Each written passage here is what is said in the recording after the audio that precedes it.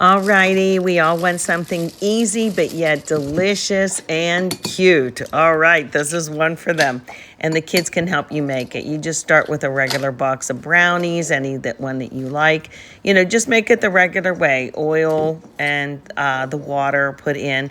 I do like to add some mini chocolate chips.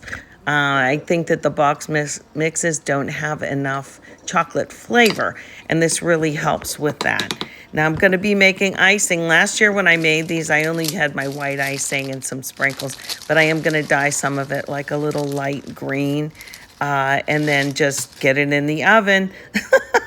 You just spray the bottom of your brownies all the time.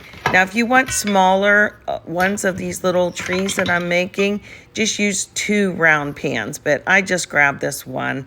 And again, it's just something extra to put on my dessert table. We have lots of grandkids, and I know they'll love this one.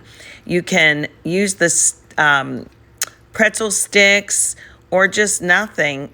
At the end, you'll see what I mean. It's like the little tree trunk that you can use a pretzel stick for. It's not a big deal. And in fact, if you want to invite the grandkids over and have them do this and decorate, it's an excellent project for that. But who doesn't like brownies? I mean, come on. And then just put a little bit of icing on at the end to make them into little Christmas trees. Oh, yeah, what I'm doing here is I'm spreading most of the batter from the middle to the outside because the outside cooks first, around the circumference, and you don't want that done before the middle is done. And then I'm letting these cool all the way. And then here's the big tip. Use a plastic knife to cut your brownies when they're perfectly cool, even like a cheapo one like this I keep in the drawer.